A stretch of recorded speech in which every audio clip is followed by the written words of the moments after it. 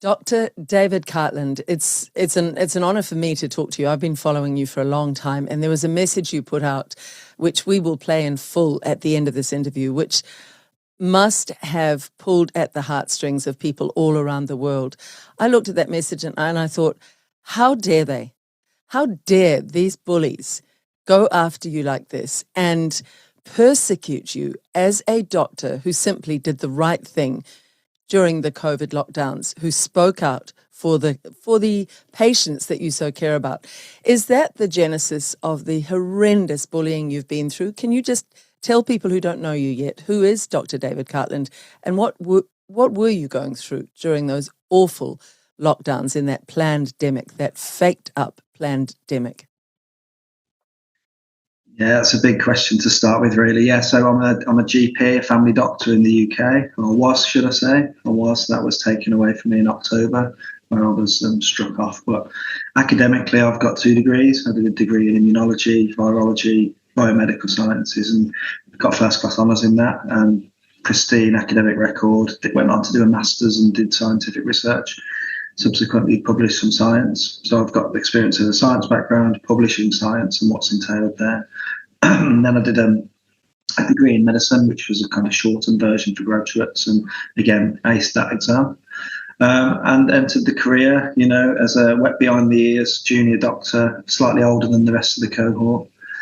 And did okay. I wanted to be somewhere between an A&E doctor and a GP. Do you call them GPs in New Zealand? Yes, general practice, yes. And so we need you. We need you over here, by the way. We need to import you. We're very short of them. I did my elective in New Zealand, so it's a place close to my heart. So whereabouts, David? You're linked here. Well, I stayed in the student digs right at the sort of by the where all the ferries go out. I can't remember the names of the places. And Devonport. Is it Devonport? Yes. I went to Devonport for days and just spent my days on the main strip at in New Zealand. And there's a hospice, Mercy Hospice at the top of the road. Yes. What year was that? What year were you here? Well, now we're asking now. I don't know, somewhere about 2010, I guess. I don't know. Oh, we were lucky. We should have nabbed you with a good New Zealand woman and made you marry her and keep you here. But, it's nice. As we get to the end, I'm looking at international options now. So anyway, going back to the story, became a GP, kind of kept a side hustle in accident and emergency. So kind of almost dual trained because I got quite high up as a staff grade A&E doctor as well. Did my general practice in the Midlands, qualified in 2014. The scamdemic started in earnest. And my experience, I was working in a big federation, so 30,000 patients in the Midlands. My voice is struggling, just to warn viewers today. I did tell you off camera, I've been doing a lot of interviews. But so I did my general practice up at the beginning part of the pandemic, and it was very quiet. That's all I can say. It didn't start. For me, it was just, quarter-filled surgeries. The urgent care centre where I worked in the A&E department, the emergency room was quiet. And then you go back home and flick on the TV and see that it was, busy ITU departments, gaunt-looking staff sobbing and crying. And I've been to the ITUs myself to see that they were absolutely empty.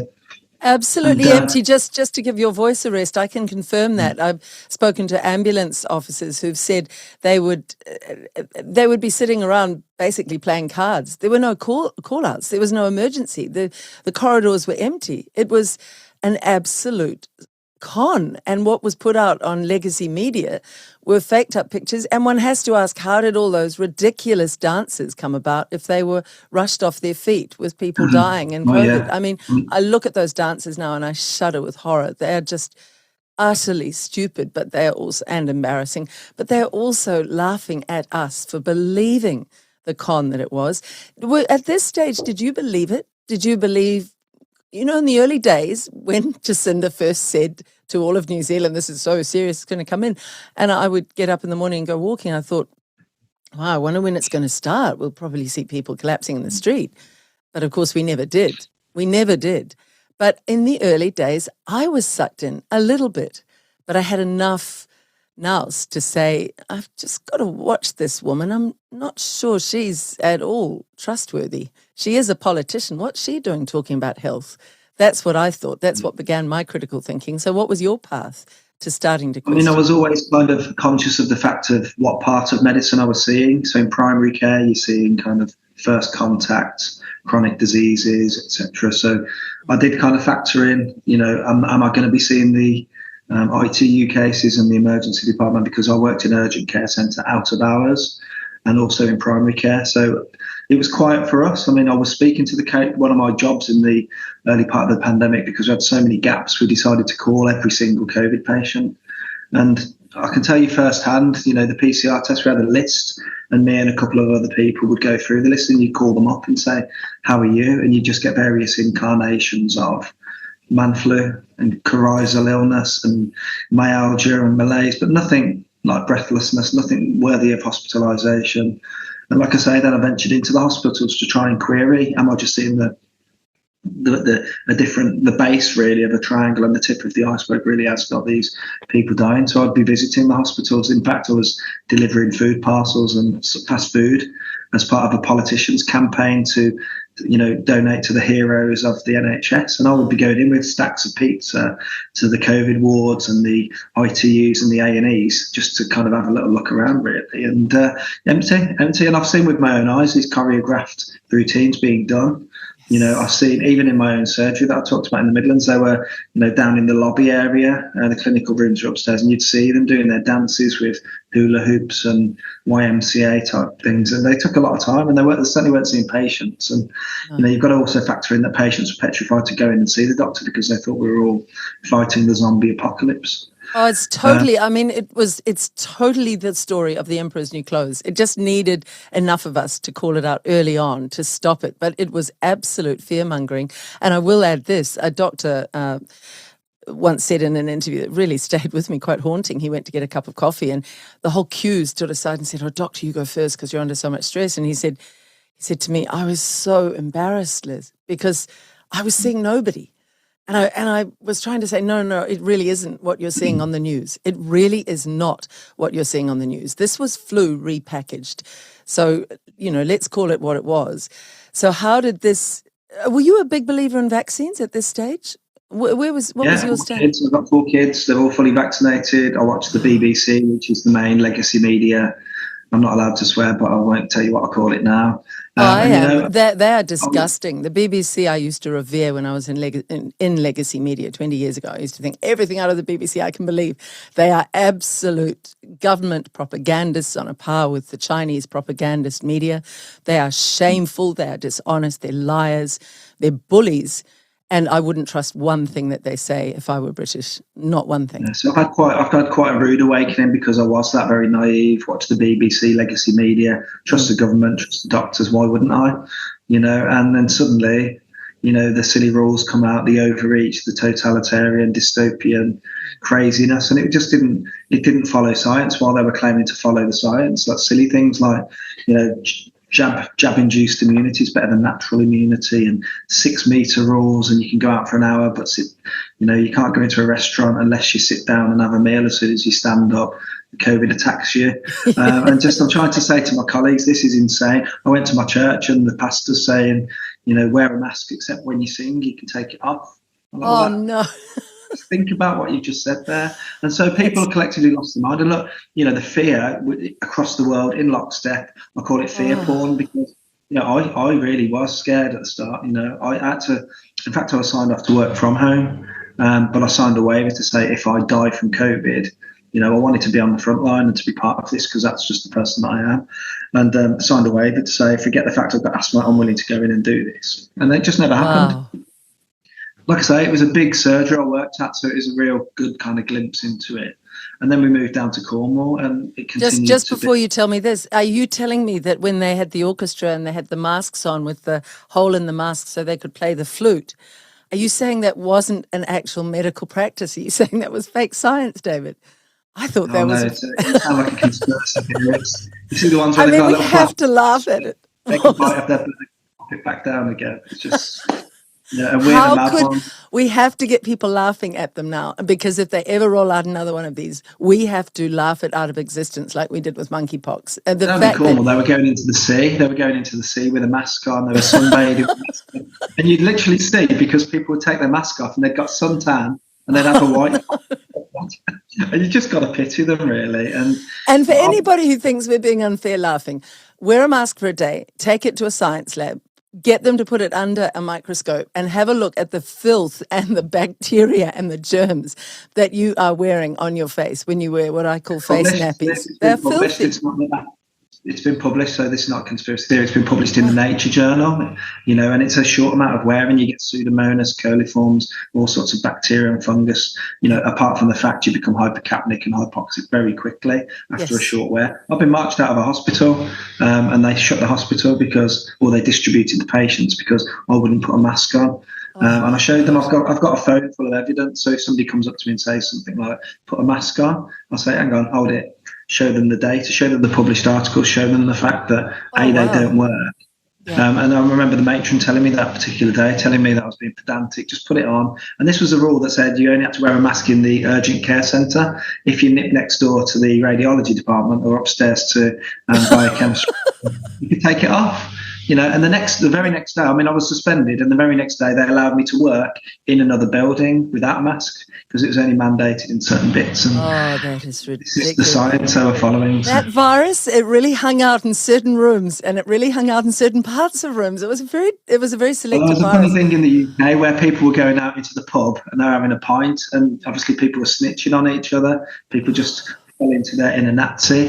And anyway, there's this thing about people, you had to have a substantial meal in the UK. So people were going and having a pint, and I don't know if you have them in New Zealand, but a Scotch egg, and people were falling foul of the rules because it wasn't classed as a substantial meal. So people were serving a salad with the Scotch egg, and then it was a substantial meal. We're laughing, but it was horrific because we all used to say, gosh, how did those Germans ever allow the chimneys to be burning when they could see them from their villages? They must have known what was going on. And now we know what each one of us was capable of when the pressure really came on. Because yes, many Germans did look away from the horrors that went on in Germany. But many people in each of our countries looked away or went along with great horrors. It's really alarming when you think about it. You have a chance to sit down and say, who am I and who will I be if they try this trickery again? But it is very funny. It should be something on a Monty Python show, really. As a Brit, you look at the countries that you think are the most relaxed about these things, and I'd probably say from a UK perspective, I'd say Canada and New Zealand and Australia would be the most relaxed about a pandemic, and there you see them becoming totally dystopian. In fact, one of the first things that alerted me was watching the footage from New Zealand. People being knocked around the head with batons for protesting, people being chased down the beach by the local New Zealand police, and you're just like, it was a nightmare. What about Jacinda Ardern saying openly, we are your one source of truth? And then she was the first to declare this massive censorship push at the UN, saying, misinformation is such a thing. And it's so clear, misinformation or information that hateful speech is just speech that the totalitarians hate. And that is fascism, and that is what we cannot have. But that's what they've been pushing on us. So let's get back to you. You then went to Cornwall. What happened there? That's a nice beachside area, isn't it? The plan was actually, it was, escape the rat race, go to Cornwall. I live right at the bottom of the country. It's even the most remote part of Cornwall, so it's right in the middle of the sticks. So, the plan was to have a nice life, learn to surf, beach walks, coastal paths, and do a couple of days work, a perfect dream, almost retired at, late 30s. And it soon went wrong because I kind of kept calling things out as they came up. So we had the lateral flow tests, and I was saying to my bosses, why are we doing this? Look at the sensitivity and specificity of them. And they're like, what's that, sensitivity? Literally just basic things. And just explain that. Lateral flow is the breathing is to do with the capacity of the lungs. Is that right? No, it's those little cassettes that we had to do. So you had to swab up your nose, and you had to mix it with a little liquid and pop it on like a pregnancy test, and it would tell you that you were COVID positive, even if you had no symptoms. Because this disease was so deadly, one of the symptoms is no symptoms. you could kill your granny with this asymptomatic. And I'm scratching my head saying, back in the day when I did virology and immunology, when you had no symptoms, you were called well. Yes. And suddenly they were demonising you. So I just call these things out. The lateral flows, the city. We had car parks set up to ram these rods up people's noses, like kids as well. Parents would pin their. And then I was looking at the PCR stuff, saying, look, this is nonsense. I've done PCR. If you do cycle thresholds of over 30, you're going to pick up a false positive. So these tests aren't worth the paper they're written on. And then I was just seeing that all the people... Even the inventor of the test, Kerry Mullis, who suspiciously died just prior to COVID or in the early days, he said they are not effective. He said his own tests could pick up many things, many false positives.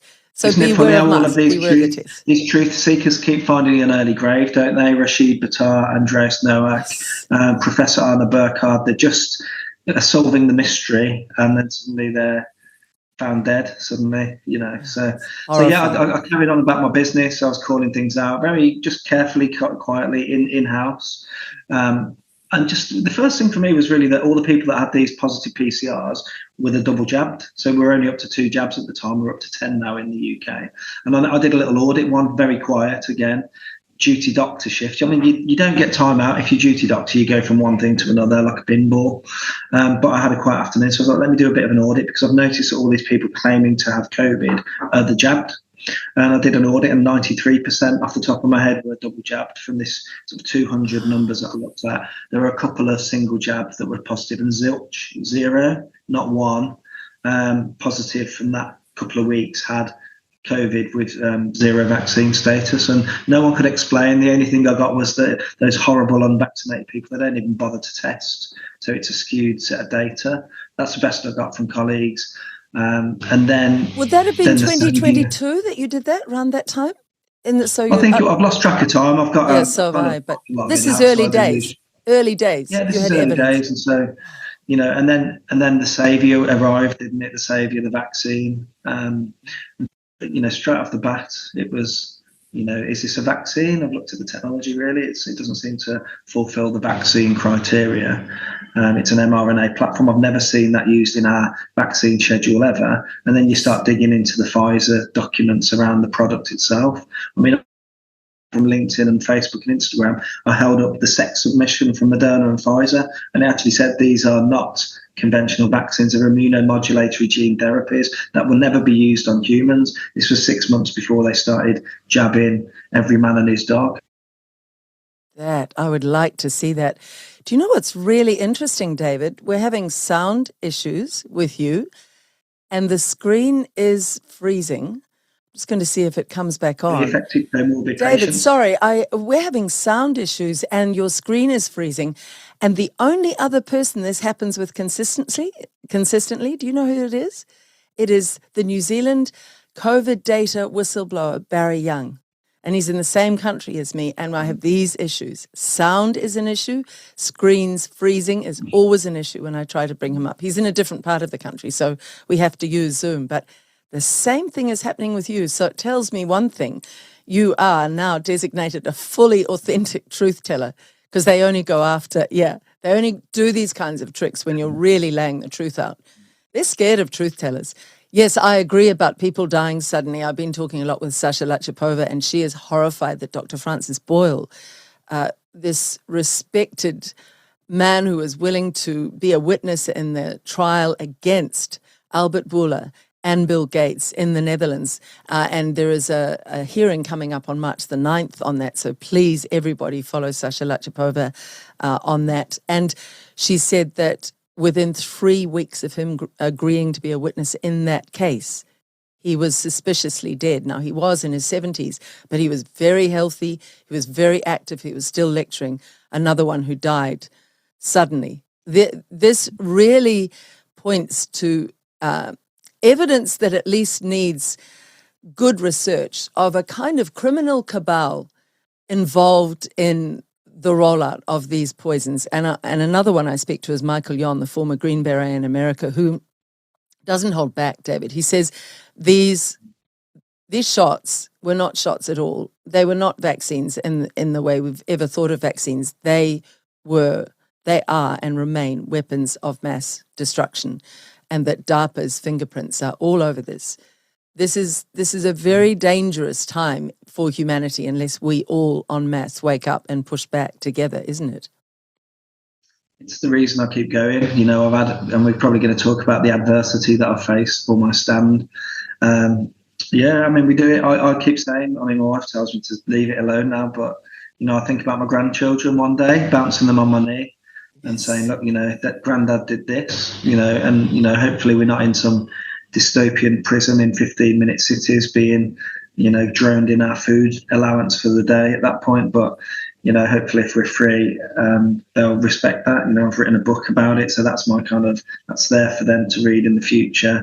Have you published that, David? Have you published that? I have, yeah. It's called Do No Harm, ironically, part of the Hippocratic Oath. With a big picture of poison syringe on the front of it, so you can't miss it.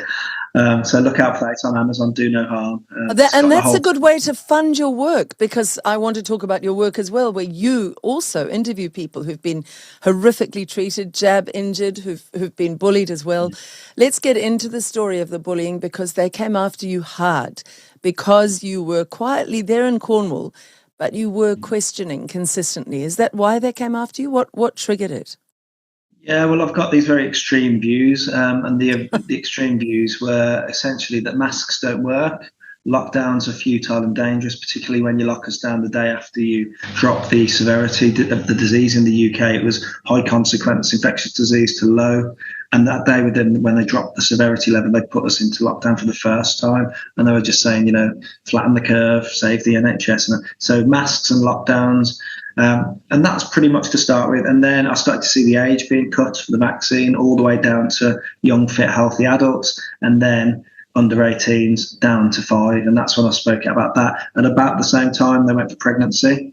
And I'm saying, what on earth are you doing? We haven't tested this on pregnant women. The Pfizer data is clear. It was an exclusion criteria. Yeah, they're telling pregnant women on all of the NHS adverts, go and get your COVID jab. It's safe long term. And it's like, well, long term hasn't happened yet. So that was that. So that was pregnancy, children, lockdowns and masks. And then I had these really controversial stand on helping the vaccine injured, helping them, not gaslighting them and telling them that, well, there seems to be a temporal relationship here, using the Bradford Hill criteria. It's possible that these things are secondary to the vaccine. And that was it then. I mean, we had people dying in our surgery, and it was confirmed to be vaccine induced from AstraZeneca. And we had 2 women die in their 40s, and we had a chap on the same day as the second lady that died who had a cerebral venous thrombosis, which is a huge brain clot, and he had the jab the day before. And that's kind of when I really in earnest spoke out, because people were coming into my clinic room. It wasn't Dave Cartland's crazy conspiratorial, linking everything to the vaccine, which I was also accused of. Everything you see is the vaccine, Dave, isn't it? Well, no, these people are coming in and saying, I've not been right, Dr. Cartland, since the vaccine, or all my joints have swollen and become painful since the vaccine, doctor. I've been getting breathless, doctor, since the vaccine, etc., etc. So it was them, not me. And going to my colleagues and saying, are you seeing this? And I'm like, no. I said, well, you must be, because if I'm seeing it 5, 6, 7 times a day out of 30 patients, you must be. And very early on, there was this denial, flat denial. And so I tried the right way. I spoke to practice managers. I have to do presentations. I've got presentations on this very computer that remain unpresented because no one wanted. So I was dropping papers and articles and data in the coffee rooms. At that point, I was walking into coffee rooms and the staff were walking out of the coffee rooms. I had to check, my armpits just to make sure that I'd sprayed my deodorant on. And no one was listening. I was just banging my head against a brick wall. And the reason for setting the scene here is then my voice went to the social media platforms because no one was listening. So I hate social media. I never used to. I had a Facebook for family stuff, but that was it. So I took to Twitter and I took to Facebook, I took to Instagram and LinkedIn, a bit more of a sort of for professionals, really. And as quick as I could get my voice out there, I was being banned from the platforms. Like I say, one interview, I'm holding up the documents, running my finger along them like this. And they banned me from Instagram and LinkedIn permanently for spreading misinformation and breaking the community guidelines on. I got banned from LinkedIn as well. Oh, we're in a good club then. Pretty, I think LinkedIn they've never let me back in LinkedIn. They've never let me back in. I don't want anything to do with LinkedIn. They're ridiculous. They're not brave. Yeah. Anyone not brave? I mean, these doctors that just looked you in the eye, David, and said, no, I'm not seeing that. How cowardly. I can How read people's cowardly. eyes. You know if someone's lying, when you say, "Are you seeing this?" And they're like, "No, I'm not seeing it." Yeah, you are. Yeah, you are, mate. And they did it so And they the could social keep the media. money rolling in. They could keep their lifestyle, but they lost their integrity. And on their deathbed, and I say this repeatedly, they'll go, "Oh my God, I missed it. I can't take the money with me.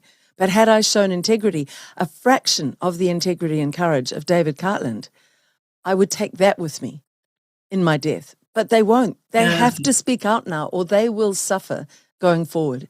It's not worth it. yeah. I mean, the amount of taps on the shoulder I get these days, on social media, the DMs I get all the time saying, "Well done, fair play, you've got balls of steel." And then I ask them why, and they say, "Well, we've seen what they've done to you," and But we'll come why to aren't that. you But, speaking out, you other doctors? Why aren't you?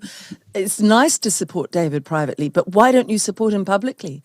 well, It's not just, yeah. people at my last surgery would, pat me on the shoulder. They'd come in to ask advice how to treat vaccine injuries, but they'd come into your room very sheepishly, look behind them, make sure that no one sees them going into my room, lock the door, and then tell me exactly what they're seeing. And like, this conversation never happened, Dave.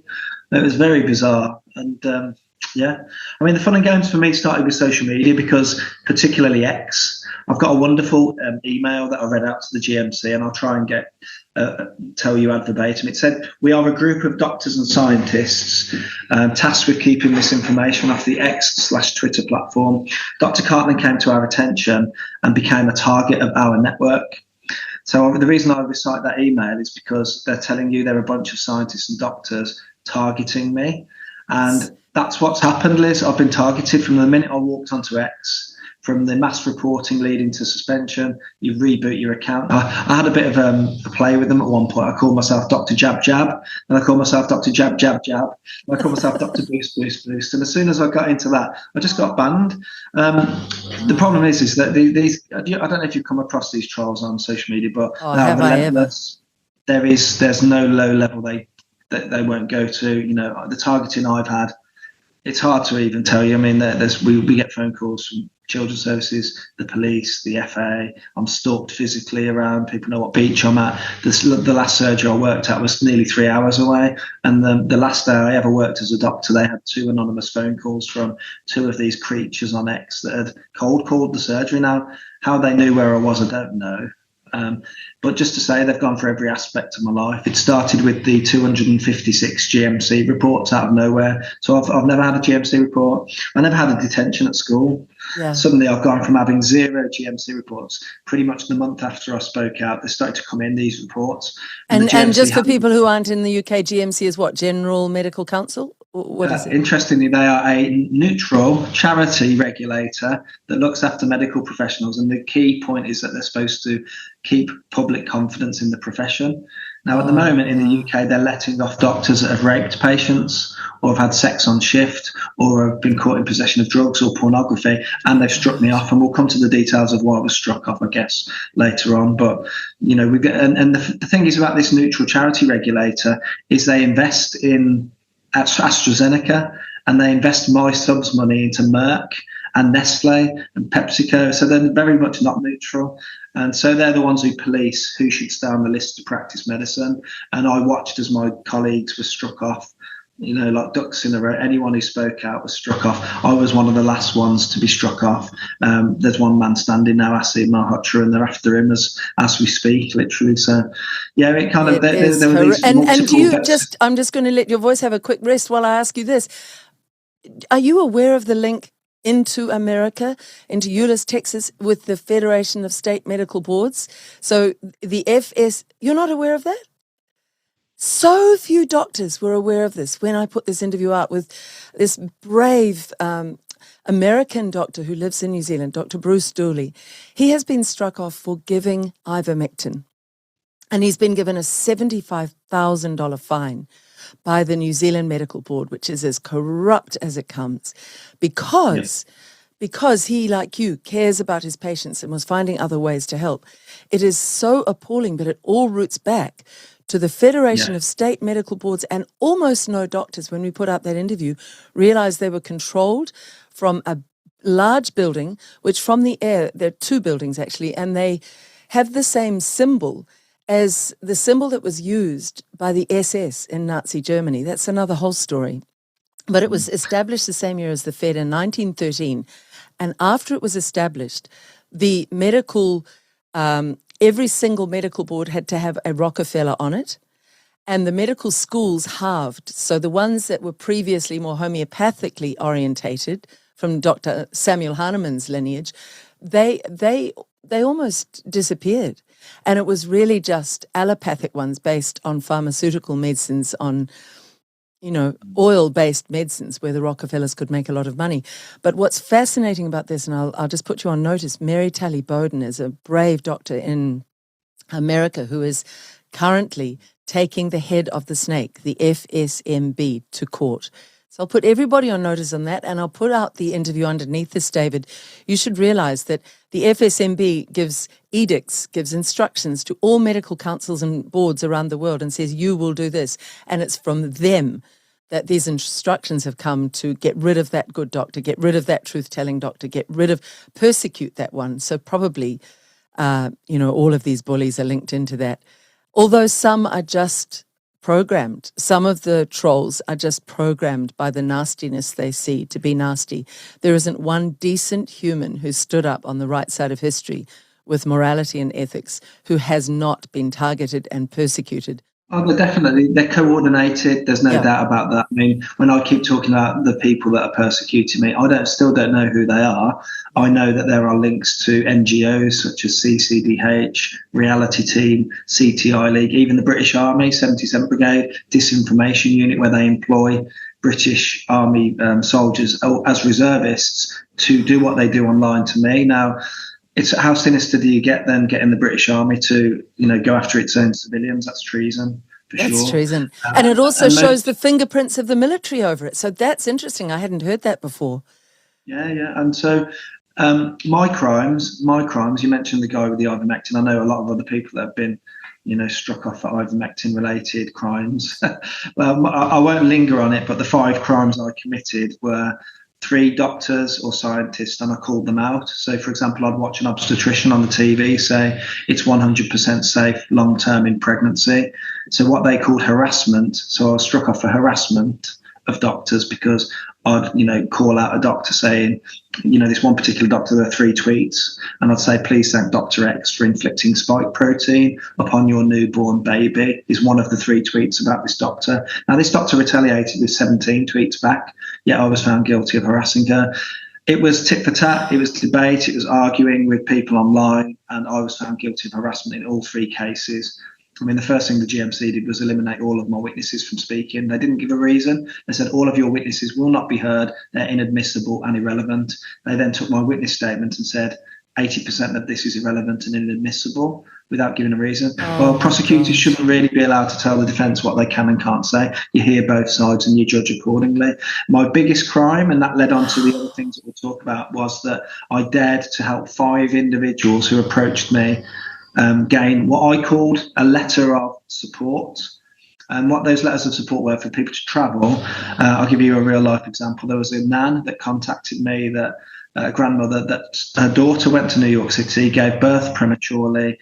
The baby was sick. The mom was sick. She needed to get to New York City. She came to me, said, look, my GP won't give me a vaccine exemption. I said, well, I'll write you a letter of support on the basis of bodily autonomy, valid refusal of consent with capacity, and primum non nocere, which is the Hippocratic Oath, do no harm. And those letters went with the paid person. They got into the country. They weren't asked to show anything. They weren't added to medical notes. And I remember getting a selfie from that lady because she had a picture with a glass of champagne with her daughter and granddaughter after they recovered. This is what I was found guilty of: falsification of medical notes. And I didn't falsify medical notes. Now, this is important when we come to the other persecution. We'll park that for now. And then the final crime is I posted an email publicly where I've been rejected from a job with a really decent CV I've got. And I was rejected within a couple of hours of applying to one of the worst surgeries in Cornwall. And she basically said, I've Googled you, and yet we're a pro-vaccine centre, and we believe that you are an anti-vaxxer. So I posted that online because they just won an award for non-discrimination, some fancy award. And I just said, well, non-discrimination, you've just discriminated against me. And I called out the practice, and I redacted all the person's details. I just said, if you can't get a job at this said surgery, it's because they're throwing my application in the bin. That's why I was struck off. 3 tit for tat, 6 of one, half a dozen of the other. called harassment. So what they do is they get my reaction to being abused, and I'd say something in retaliation, probably unwise at times, but they would frame that retaliation as perpetration of harassment. Like I said, 17 tweets from the one doctor. I posted 3 tweets. She called me a murderer. She called me a dangerous individual. She said I was a disgusting person that needed to be struck off. Oh my God. Do you want to say her name? Do you want to say her name? I can't. I can't. They scare the hell out of me with lawfare. I mean, that's another thing. Lawfare. Lawfare's huge. I mean, she has to live with the shame of what she's done. She told the tribunal I was guilty as far as she was concerned of murder. And she pointed to the camera saying, people like Dr. Cartland murdered. I had a patient that died of COVID-19 and I held her hand and she slipped away, and it's because of, I won't say exactly what she said, people like David Cartland with misinformation. And here's a story for that doctor. Yesterday, a 31-year-old was buried in New Zealand, jabbed 31-year-old young man, and he died in his sleep of a heart attack. When did this start? When was this normalized? And everybody around him is saying, "Oh, yeah, that's just the new way." 31-year-olds now die of heart attacks. Do you, whoever you are, you absolute bully, do you ever point to yourself in your own mirror and go, "Are all these young who are dying because I pushed the jabs? Could it be that I am what I accused Dr. David Cartland of?" Well, I hope. Well, it's even worse if you think about obstetrics. Obstetrics is, pregnant women and newborn babies. So it's an even more sacred patient group. Not that anyone's more or less sacred, but this is a protected group. And to tell pregnant women it was safe, before we knew, pregnant women were excluded from trials. So you're effectively admitting to lab ratting live pregnant women and their fetuses, and we just didn't know enough about whether it crossed the placenta. Is it in breast milk? Does it affect the baby? And to stand like that and say it, like I say, I called it out, and I called this woman an evil witch, and I did. I own that, and I stand by that comment. But is that a strike-off offence, calling somebody evil a witch? But it is evil. David, it absolutely is evil when a truth teller stands up and they come, these bullies in their groups. The one who led the charge on me here in New Zealand, absolutely evil. And I feel there's a witchy power to it too. But one has to, what I learned was one has to bear it in silence, because they also love attention. They love the public fight. They want the public fight. So to not give them that is, in a way, to have a win. But what it means is we go through enormous personal suffering, enormous numbers, not one, but many dark nights of the soul, where you look at yourself in the middle of the night and go, but I did this from the highest care for other humans, and I did it with all the courage that I could muster, and I sacrificed everything to help my fellow countrymen and women. And yet it seems like these witches squawking are having their day, and they do for a while. But good people in the end see through it. Are people seeing through it? Yes, categorically. Doctors are seeing through it, nurses are seeing through it, members of the public are seeing through it. What I mean is, are people seeing through what was done to you and saying, Dr. David, you were treated wrongly? It was terrible what was done to you. Do you have people coming up and saying that? Well, the problem is what's public about me is the smear campaign that happened afterwards. So, I mean, on the day they struck me off, they told me I was found guilty of, I needed to be immediately erased. So I wasn't just struck off, I was immediately at the end of their hearing struck off at that moment. And they said I brought the profession into disrepute. I became a danger to the public. There's no patients involved, by the way. And what's the one? I negatively affected public confidence in the profession. Now, get your head around that for a concept. I negatively affected public confidence in the profession, while all of these ostrich syndrome riddled cowards get away with it. So, I mean, what happened after the strike-off was my local paper, the national press, started publishing my face, calling me an internet pest, a bully, a dodgy doctor. There was a headline that said, if I remember correctly, inside the warped mind of dodgy struck-off Cornwall doctor and his homophobia. And my homophobia was essentially, I'm not homophobic, I'll say that from the outset, was about the trans agenda and making public safeguarding posts about should these men with sex toys hanging around their neck be picking up little girls, and should this man in a leather gimp suit be on all fours in a street where there are children in the crowd? And that was marked as, you look it up, it says Dr. Cartland was found guilty of showing hostility to the LGBTQ plus community when it was simply a trans agenda issue that I had. And I've been very public about that. I've got lesbian and gay friends that completely support me on this. We've got gays against groomers that are completely on my side. But the headline was, inside the warped mind of dodgy struck-off Cornish GP David Cartland with my face. And that didn't just stay in the press in the local online newspaper. It went to the double-page local rag, as I call it, Cornishman. And so my face was plastered double-page spread. It was in the Sun, it was in the BBC, it was in the Mirror, it was in the Express, and all of the mainstream media saying, struck off evil doctor, bullying, and they called it dishonest Dr. Cartland because I falsified medical notes. Well, I didn't falsify medical notes. And that's gone further now because they've jumped on that falsification of medical notes things, and I've now ended up on a list with criminals as of last week. So what happened there was that I received a letter on Halloween.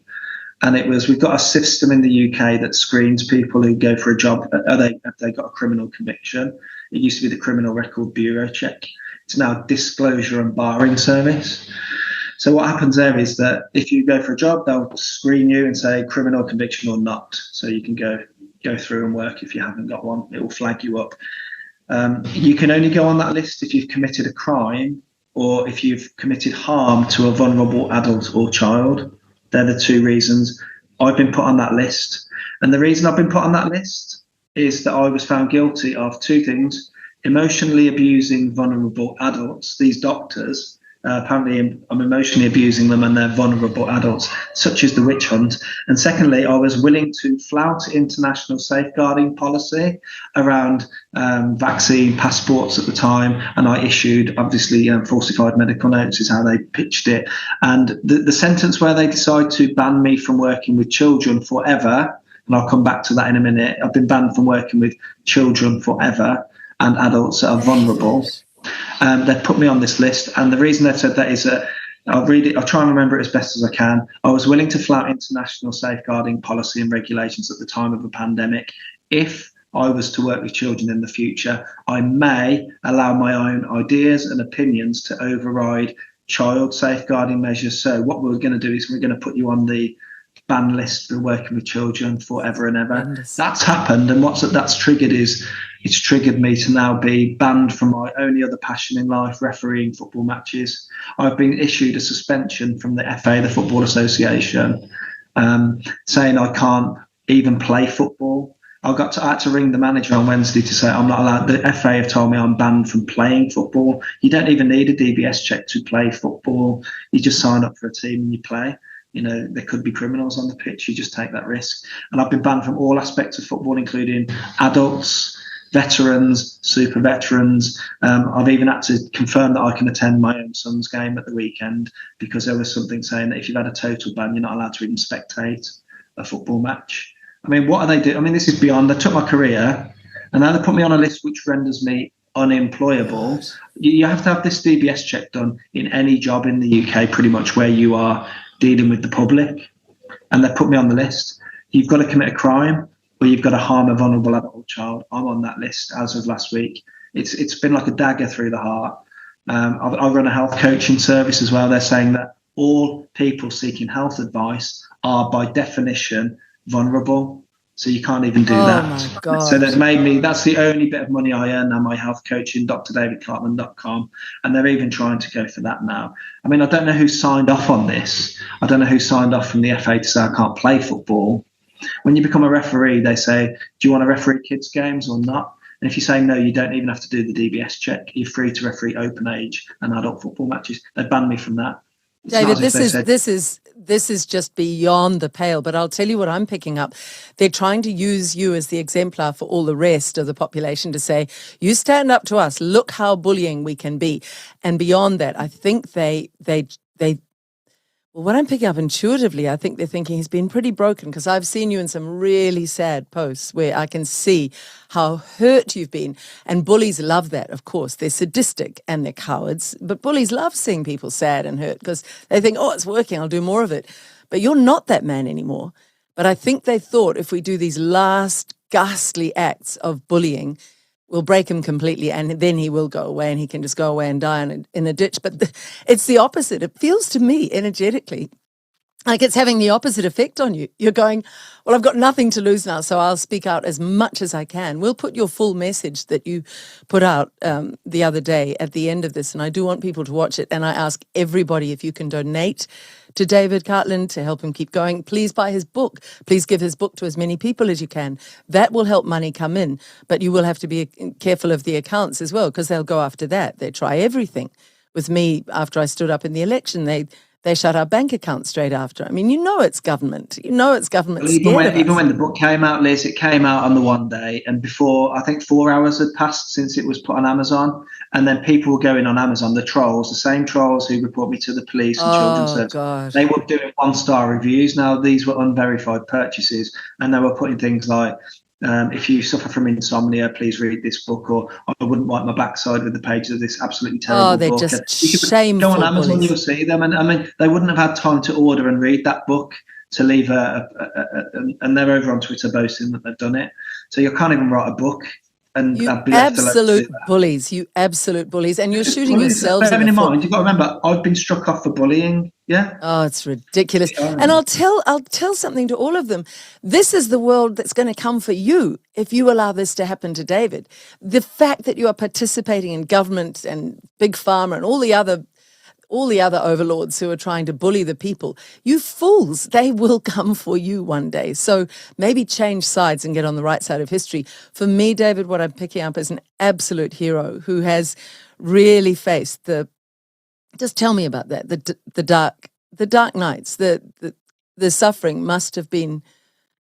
I mean, I thought that I'd been through a lot, but I can feel with you. It gives you empathy for others who've been through it. You must have really gone through it at times, finding the strength you have now. Yeah, I mean, anyone really who's got any empathy will realise. I mean, they've took everything. At this point, they've took everything. Everything. So it does fuel How the fire. are you coping? And it's not about self-indication. Look, how are you coping? Well, I wasn't really. I mean, so a little known fact about the GMC. It was done in 2 parts. It was a 6-week. They projected it would be 6 weeks.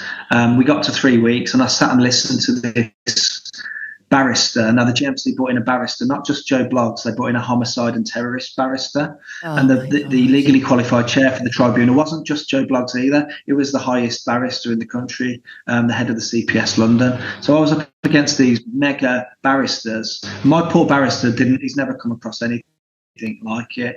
We got David, to the third week. Can I just stop you there? Can I just stop you there? I have to say this. I just have to say this. That is the highest compliment to you. That is how powerful a truth teller is. That is phenomenal. That gives me a lot of hope that gives me a lot of hope that they did that. They were so frightened of your truth telling ability to bring in somebody of that squalid stature, and it is squalid. I mean, that barrister would have known, like the fellow in my lawfare case, would have known he was doing absolute wrong, selling out to a fascist government Well, I looked plan. him in the eye, like I'm looking you in the eye. I looked him in the eye, and I watched him lie and misdirect and mislead, just plain lies after lies. And that evening, I went to bed, and it was my darkest hour. I won't go into too much detail because it triggers me, but I went to a cliff edge.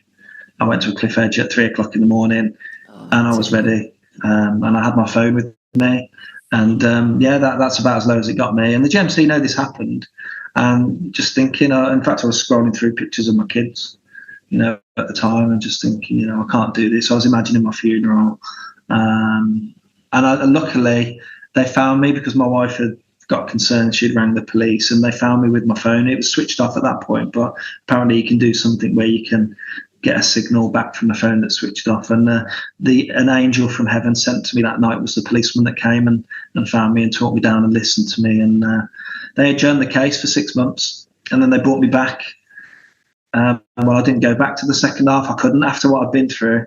They actually sent the GMC's own psychiatrist to me to work out if I was insane or not, or if I was. They would have loved that nonsense. They ruled that I was sane. No, I mean, it was an Imperial College professor and my own psychiatrist had to make independent assessments and see if they agreed. The ruling of that day was that I was sane and I was fit to go back to the tribunal, except it had to be private instead of public. Now, up until this point, it was private for the victims, public for me. The victims weren't called by their name, they were called Dr. A, B, and C. They were given anonymity orders, whereas everything was Dave Cartland public. So they knew what had happened, that cliff edge experience I had, and yet they brought the tribunal back. I didn't go back. They allowed trolls to watch it. So these internet trolls, they were giving them access to my tribunal. They were giving them passcodes to get in to watch. And so basically the GMC knew that the psychiatrist wanted it to be private, and then they decided to make it public anyway. And so I was intimidated into not going back. And I remember them saying at the beginning, we're not going to make any negative inferences about Dr. Cartland not coming back after what's happened. And for the next 2 weeks, they just kept having a go, saying he hasn't even been bothered to turn up, etc. He doesn't care. Well, I had a barrister who worked full time, and I had a bundle of evidence that obviously they said 80% of it is inadmissible. Who are they to say that? And the day came and they struck me off. And that's to talk about kicking a man when he's down. I actually expected a suspension. I expected a 3-month suspension, looking at all these other doctors being let off for sex offences and pornography and child pornography, I should say, not being given proper strike-offs. And I thought they're going to give me a month or 2 months of remedial training. I even apologised at the end. I said, look, I'm willing to undergo social media training. I apologise. I got 350 references about my character. The GMC said we're not going to read these references because they're illegitimately sourced and the people writing them don't understand the particulars of the case. Well, they were just references. And at Kangaroo Court, I could keep going, but everything that went wrong, everything that could have gone against me went against me. My barrister needed to have a month off after this. He said he's never come across it. They flouted lots of legal process. They flouted the European Court of Human Rights in terms of fair trial, freedom of speech. And just recently, 4 weeks ago, I got an email from the General Medical Council saying about a doctor I've complained about for harassment of me. We're the GMC. We can't take any action on this doctor because we are a regulator and we don't deal with harassment. You're going to have to go to the police or take civil action. And here, the headline is Dr. Cartland struck off for harassment. Meanwhile, the GMC saying we don't do harassment. So I've been told by many people that this was a political struggle. Absolutely a political hit. How do these people live with themselves? How do they? And it's very interesting because pattern recognition is a big part of how we piece together what's going on. I was in a hearing supporting a friend who was defending a woman who'd lost her job. And the adjudicator in that hearing, this was just 2 weeks ago, did the same trick. She said, well, I'm not going to look at all that evidence of yours. I'm only going to look at a specific area. And as somebody who is legally trained but no longer practicing, obviously I've lost all faith in the bar, I'm afraid, at the moment, in the legal profession, in justice in New Zealand and the UK and Canada and Australia. It's not happening. But that's the same pattern that was done to you, where a whole raft of your evidence was just, by the adjudicator, by the biased adjudicator, was dismissed. So they're doing it even for people who've lost their jobs. Well, I chose them. Kangaroo courts. It's really interesting. Well, I chose 6 people. I chose 6 people to represent me, witnesses. I could have had 100. Basically, people who'd witnessed what was going on online. We've witnessed Dave Cartland be, face a barrage of organised, coordinated harassment and malicious communications. Yeah. So I had two per witness essentially, to say, actually, we've seen the victim abuse Dave Cartland. So it's highly relevant. When the GMC say, well, we don't find it relevant or admissible, well, why? Yeah. Because that's not justice. That is not justice. That is nothing to do with justice. That is just, these people. Fear then, Liz, you think if I take it to a judicial review and I face a judge, we all know the judiciary's bent as well, and this was a premeditated strike-off. They knew they were going to strike me off before I'd said a syllable in that hearing. So it was pointless being there. So to pay thousands and thousands of quid to go for a judicial review, they're just going to, they're going to turn the other cheek. It's obvious. If you're not allowing the defendant his witnesses, then it wasn't a fair trial. So there's abuse of process there, flouting of European human rights. And they need to reverse it, particularly when I've got an email saying we don't deal with harassment. Well, there's another part of lawfare. They want you to run out of money, so they want you to be paying lawyers forever because they will make the lawfare case go on as long as they possibly can. Ours went the one against me, which was ludicrous. In the background, we had these cases. During the tribunal, that I was being served papers from various different people, legal papers, threatening to take me to court, and I was having to pay out of court here and there and here and there. So they were literally trying to financially cripple me.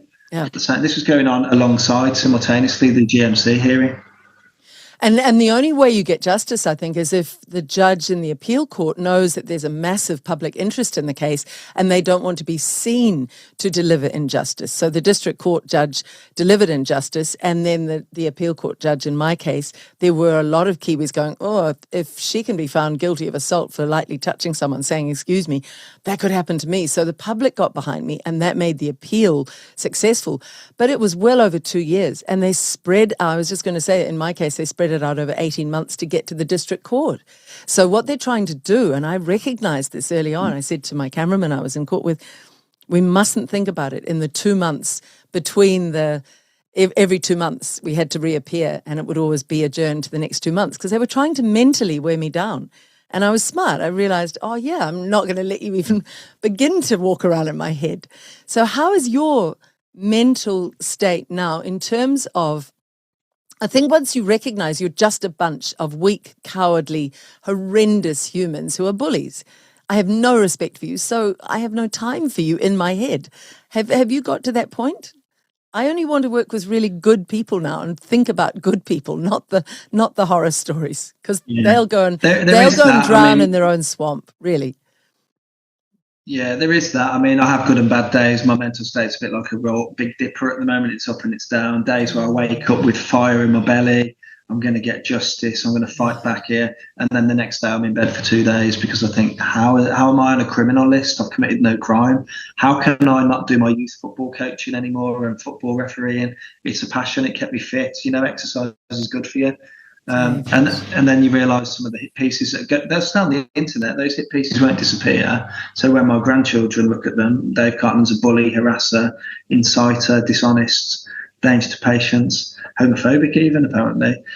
So that upsets me as well. So all I really want is for a just outcome, for this to be looked at properly and fairly by somebody who's not part of whatever this is, Big Pharma, influencing obviously those individuals who brought those rulings down. But yeah. You were talking about the homophobia. I've struggled. You were talking about the homophobia thing, and I did want to say something but not interrupt you. But I will say this.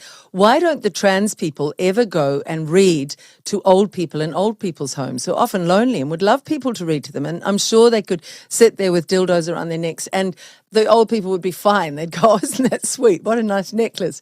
Whatever. But why is it always that they have to read to young people? And you have to ask these questions and you have to become a critical thinker, which, David, you naturally are. So in your doomsday scenario of your great-grandchildren looking at your online post, by then that generation will go, oh my gosh, that was when the world was run by psychopaths who are evil and vicious and cruel, and my great-grandfather stood up to them. What a hero he is. See, I would flip the script and in my head and say, wow, courage is its own reward, and that is enough. What you don't need to worry about is about what these psychopaths are doing to you, because they will lose. Their energy is so evil and so dark. They will lose. Good will win in the end. So what do you need, David? What would help you right now? Do you need money to be able to appeal? I need a barrister to commit. I need a barrister to commit to the cause and say we're going to undo all the unjust stuff. People say, how much do you need? I don't know. I've never gone to the High Court to fight a DBS, being put on this DBS list. I don't know, to do a judicial review. I mean, this is the thing at the start. They told me after I've been struck, I've had 1 month to appeal, and they're asking me for £20,000 plus VAT. And if you lose, you pay the £6,000 a day.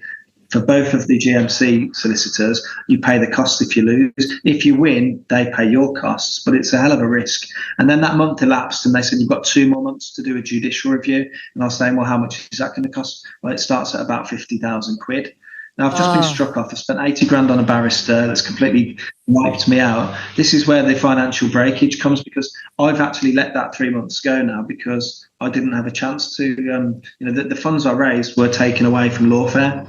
That was it.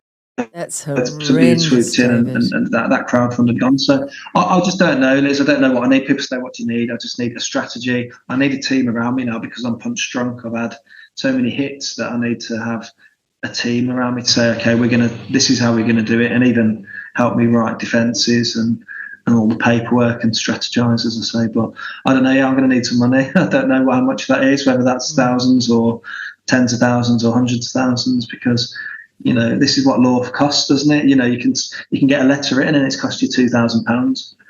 That's just a letter. We're talking about High Court here, the highest level of thousands. You're I don't incredible, know. I need a lottery David. win is what I need. You're incredible, David, what you've been through. You punch drunk is the word. It feels like from every angle and every time you stood up, and I had the same feeling. Every time I stood up, there was another punch coming, and it was for the last 2 years, and it very much felt government orientated and paying people to do their dirty work, which is what's happened in your case. But you are surviving and you are still standing.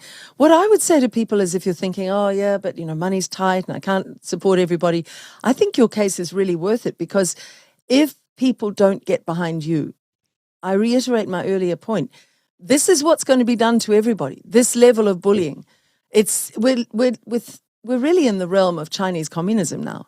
They absolutely take out those who stand up and say no, and all that's left is submission, and that's not living. That's not a life worth living on this earth. Submission. There's a great Midnight Oil song from Australia. Better to live on your feet than die on your knees, or I will live on my feet and not die on my knees. In other words, everyone needs to stand behind you to say, look, David, we'll help you expose and push back on this. So perhaps if you can give us your account number, we can get lots of people to drop money in there. But is there a barrister who would get behind, or a team of barristers, a team of lawyers who know that what's going on in the UK is so wrong, who would do it maybe pro bono, but get the money from a settlement, a huge settlement, which David is really owed? If you're interested in supporting from anywhere, I've always said that, Liz, the money doesn't matter to me. Yeah. The money doesn't matter to me. All I'm interested in doing is clearing my name, getting justice. They can have the pot of money. If I win any compensation, they can have it, as long as they offer me peace of mind that I'm not going to bankrupt myself defending myself. Just if there's any millionaires watching, just think about me. Please do. And please contact me, liz.gunn@freenz.org, from anywhere in the world if you're keen to support this good doctor. To me, you're a real hero, David. Do you have good family support behind the scenes? Do you have someone you can turn to, who you can talk to when those rough days still come? Yeah, it's been an isolating experience, really. We've realised that this week, where we're looking at making alternative plans for where we are now, because we moved down to the bottom of the country that's very remote, very rural, and people read the headlines and believe the headlines, and funny stares and all that, and whispers in the little village scenario that we live in. So it's looking like all of this is probably going to hound us out of where we live as well as affordability as well. Suddenly we've lost a doctor's salary in the family, so I've gone from that to nothing, literally nothing now. I had my cash in hand £10 an hour referee gig, that's gone. They're going after my health coaching, that's probably going to go. And actually, if I go for a job in a supermarket, you need to be DBS checked, and I'm going to fail that check, and they're going to read the headline saying erased doctor, bully. You're an extraordinary doctor with an amazing CV, with incredible qualifications, with fantastic experience, with a huge heart for helping human beings. This is utter, errant nonsense. This is absolutely wrong on every single level.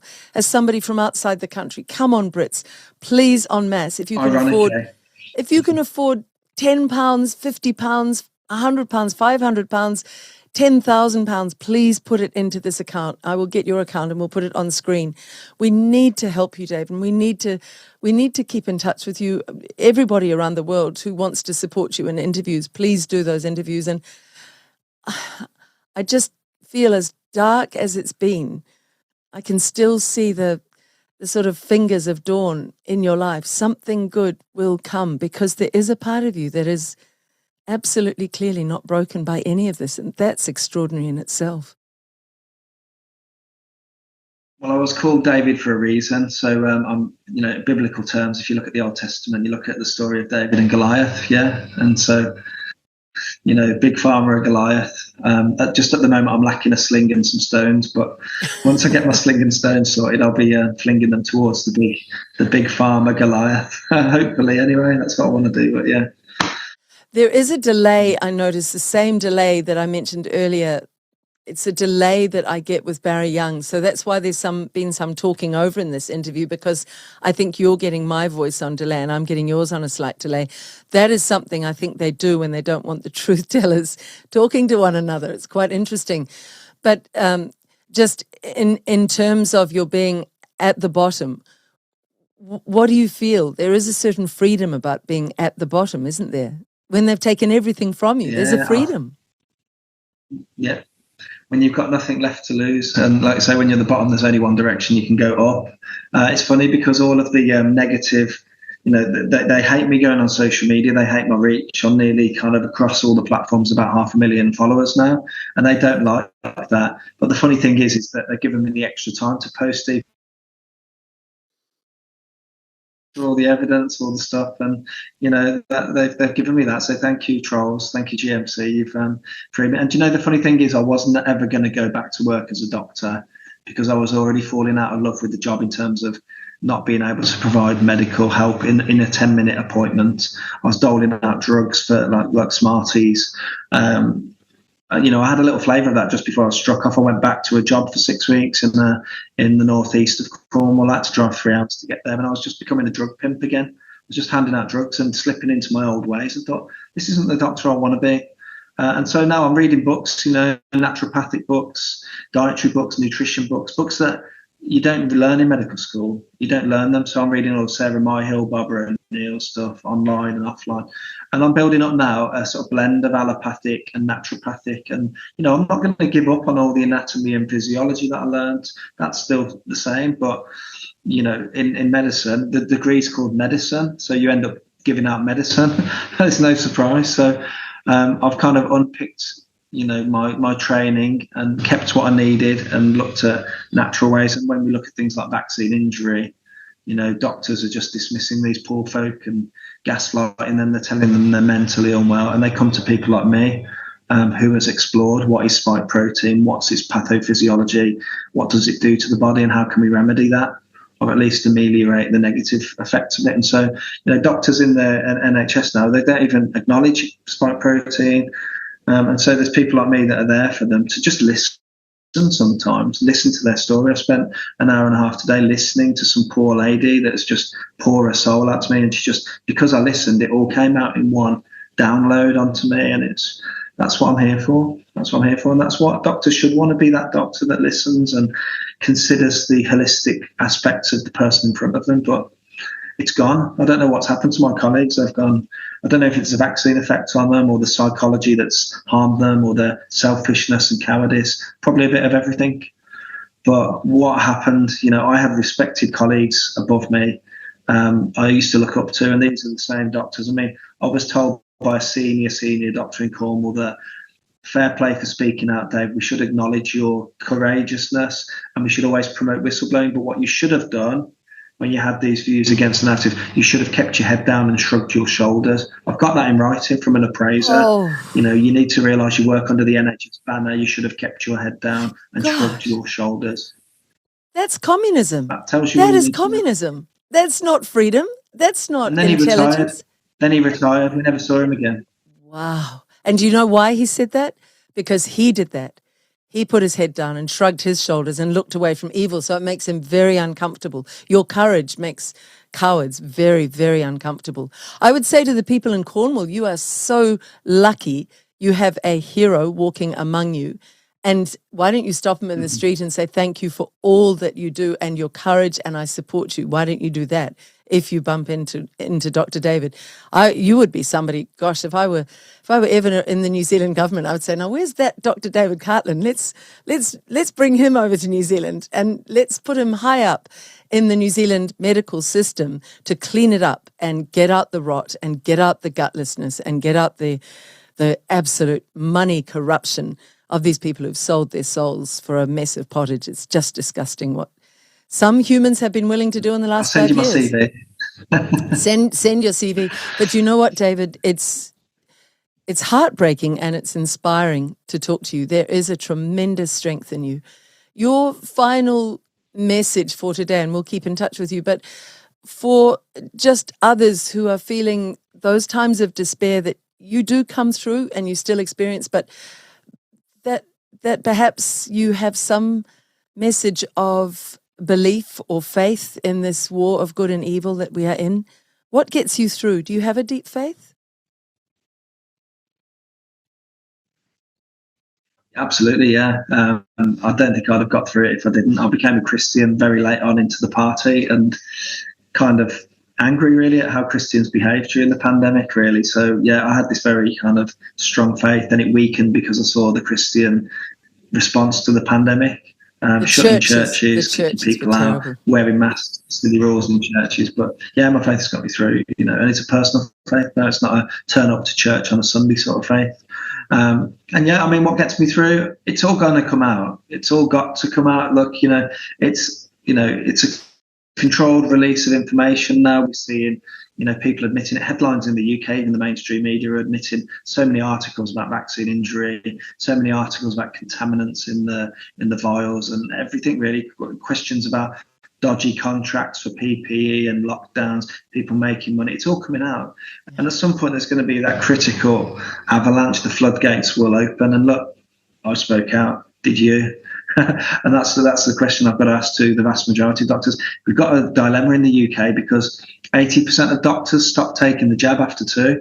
That's a fact. It's been published by the NHS. And my question is that if you stop taking them after 2, you obviously know what's going on to not have them yourself. But the same doctors are giving them, the same 80% that refused them are still giving them to you and your pregnant partner and your child, all the way down to 5 years of age, despite having health complications. So it's very bizarre. But yeah, that's what keeps me getting up in the morning, to see justice. I want to see these evil criminal scumbags brought to justice. I want my phone to be pinging with apologies from these vile creatures that have put me through this. I want to hear from this barrister from the GMC saying, I'm really sorry, Dave, we got you wrong. We were complicit because we believe Big Pharma. So yeah, there's a little bit of self-indication, a little bit of, but at the same time, vengeance is mine, saith the Lord, as they say in Deuteronomy and in Romans. That this is it's gonna be all right. It's gonna be all right. And the truth shall set you free. And David, in your life, right through to your deathbed and through to the future generations, they will say, "Gosh, our great-great-grandfather David Cartland, he stood for truth. What an honourable man! That is your legacy, and you cannot have a finer legacy as a human being. So I salute you, and I thank you for talking today. And let's keep in touch. It's really been an honour to talk to you. An honour.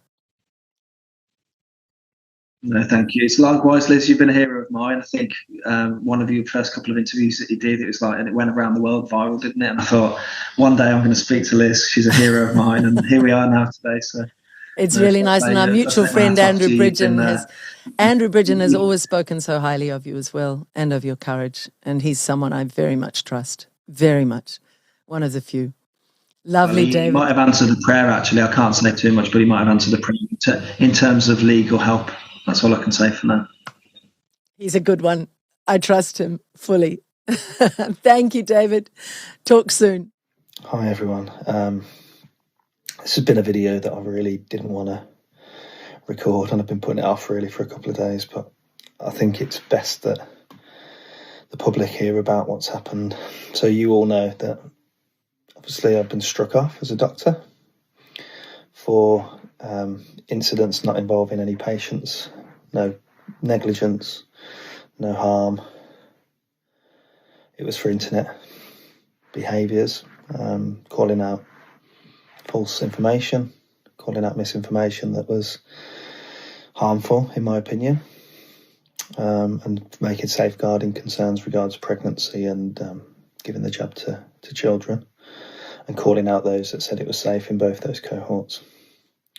I also wrote 5 letters to allow people to go and visit dying relatives abroad or sick relatives. And that led to me being struck off. So I kind of accepted that. I've gotten used to the idea. The plan was always really to hand my licence back if that happened, and if the opposite happened, if I won. So I wouldn't have been back in the NHS, as it currently is. Halloween, I get a knock on the door. Thought it was trick-or-treaters. Took some sweets out. But then I found a chap with an envelope that I needed to sign for, and it was a letter from the DBS. Now, for those who don't know, the DBS is the sort of newly reformed Criminal Records Bureau check. So if you go for a new employment somewhere, you check to see if they've got any criminal convictions. So it's essentially a list for criminals. So they were basically telling me that due to my strike-off reasons, the GMC were duty-bound to forward that information to DBS and for them to assess putting me on the barred list for vulnerable adults and children. Yesterday, I received a letter. That's the day before yesterday, actually. Time flies when you're sat in bed crying all day. But yeah, they put me on the list. Got the letter here. I'll just read a bit. Thank you for sending us the information for us to consider. We have considered all of your information and decided that it is wholly appropriate and proportionate to include you in the adults and children's barred list. Basically tells me if I work with any of those two groups that I'm subject to a £5,000 fine and or custodial sentence, and that anyone else who employs me with children or adults that are vulnerable. And by the way, the DBS say that anyone seeking health advice is vulnerable. So if you come and ask me about fungal nail infection treatments over the counter, you're vulnerable. And basically warns that if anyone employs me in those roles, they'll also be prosecuted. And it goes on basically to cite the GMC's decisions about the Twitter stuff. And some really quite tricky stuff to accept. For example, this is their reason for why they put me on the children's list. Our concerns in relation to your conduct are not impacted by the age of those in your care. If you were to work or volunteer in regulated activity with children, you may similarly consider it acceptable to act in a way which you see fit for yourself and aligns with your own beliefs or ideology, or is intentionally harmful, irrespective of the impact on those who may be reliant on you. You may consider it acceptable to falsify documentation. At that point, I'm just going to say I falsified nothing. I put my opinion in a letter of support to allow people to flash this letter, if required, at the back end of 2023, 2024, to Border Force. None of them actually had to show their letters. None of them were added to medical records. It wasn't a vaccine exemption certificate, and the GMC didn't know when I wrote them because it was just my own admission. So they didn't know the date, so hence don't know the international regulations for a date they don't know. Nor did they quote to me the eligibility criteria that I, quote, flouted during the process. So this is their reason for banning me from working with children. You may consider, we've done this with you may consider it acceptable to falsify documentation and be of the belief that you are entitled to ignore and flout international policies and protocols. As I mentioned, they couldn't quote either that I'd flouted, and fail to consider your professional obligations in doing so. Furthermore, you may actively go against the advice given to you, and overall, it is considered that your conduct poses a considerable safeguarding risk if you were to continue to work or volunteer in regulated activity with children. It then goes on to say basically how they realise how much going on this list will mess up my life, and I'll give you a few quotes. It's acknowledged that being included on the adults and children's barred list would significantly impact your future career, volunteering opportunities, as well as impacting your earning capacity and lifestyle. It goes on to say we also realise that this can impact your mental health, provide stigma, and affect your general well-being. However, any interference with your human rights, sweet irony, must be balanced with the rights of the vulnerable groups, and it is believed that you may pose a risk of causing significant emotional harm to vulnerable adults and children. Your inclusion in the adults and children's barred list is necessary and a proportionate safeguarding measure. There are no children involved in my GMC case. There are no vulnerable adults involved in my GMC case. There's been no crime committed, no civil action successfully completed, no judge, no jury, no abuse, no harm. I'm banned from working with children and vulnerable adults. Now, for those of you who know what I've been doing since strike off, My absolute passion has been to referee grassroots football. I had to retire due to injury, and it's the next thing I took up, and it's kept me fit, it's kept me sane, and I love refereeing youth football, women's football, adults open age and vets football. I'm now unable to do that because it's looking likely that the FA, they've already said they're suspending me being appointed to future matches while they do a risk assessment, but doesn't look good. I've refereed over nearly 60 games this season, enjoyed every minute. I've got promoted. I love it. And because of this, I can now no longer referee children's football. I'm on a criminal list. Having committed no crime. So you'll probably tell by my demeanour, just absolutely mortified at this. But I think people need to know that this is what's happened. So it's not just the strike off. It's not just the anonymous contact with children's services making anonymous complaints about me. It's not just the anonymous police reports. It's banning me from being employed. This will make me unemployable. You know, you need a DBS check for working in supermarkets, as far as I'm aware. Wrong think leads to complete disassembly of wrong thinkers' life. You know, there's nothing that they haven't touched. They've contacted, when I say they, I don't even know who they are. They've contacted wife, ex-wife, neighbours, hit pieces written about me, and I stood up for children, pregnant women, medical ethics, patient safety, ironically safeguarding concerns, and now apparently I'm a safeguarding risk. So anyone that can help, guys, honestly, I'm absolutely mortified, as you can tell. Just putting out a cry for help, really, as to anyone who could potentially help me with this. There is an appeal process. You get 3 months at the High Court Upper Tribunal, which I'll be pursuing. But yeah, just spread the word. That's all we can do in these weird times, these strange times, is just put publicity, shine a light on these things. I'm not a bad person. I'm just a normal family guy that had concerns about a jab that he even took himself. So God bless you all. Thank you all for listening, and please share this far and wide, and just call this absolute disgraceful decision out. All right, take care all. Bye.